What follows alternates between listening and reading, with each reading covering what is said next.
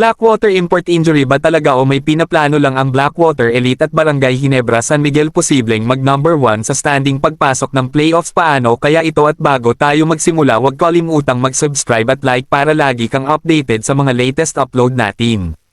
Salamat! Blackwater bossing import injury nga ba kaya hindi naglaro kontra sa Macau Black Knights?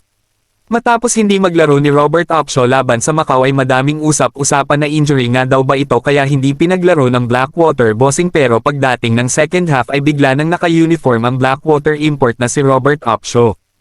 Usap-usapan din ng maraming fans na baka kaya hindi pinaglaro ng Blackwater bossing si Robert Opshaw dahil ayaw nitong makakuha ng pangatlong panalo ngayong conference para manatili pa ring nasa baba dahil tinatarget nito na makuha ang number 1 overall pick sa rookie draft next year kaya iniiwasan nilang manalo ngayong conference dahil kung mananalo sila laban sa Macau Black Knights ay magtatabla sila ng Terre Firme Jeep sa win record na maaaring makapagbalik ng chance ng Terre Firme Jeep sa mataas na position pagdating sa draft.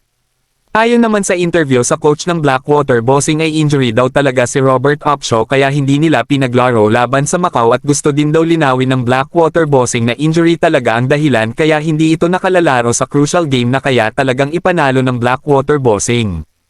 Lipat naman tayo sa kabilang balita Barangay Ginebra San Miguel may pag-asa pang makuha ang top spot pagdating ng playoffs round.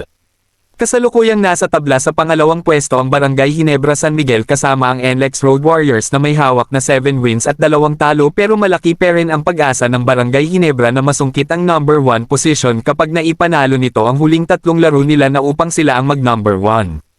Kung tatalunan ng Barangay Ginebra San Miguel ang Meralco Bolts, Rain or Shine Elasto Painters at TNT Tropang 5G sa 3 laro na iyon ay nakakasigurado na ang Barangay Ginebra San Miguel na sila ang mag number 1 pagdating ng playoffs.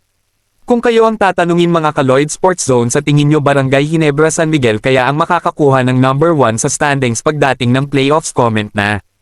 At bago matapos ang ating video huwag kalimutang mag-subscribe at like para lagi kang updated sa mga latest upload natin.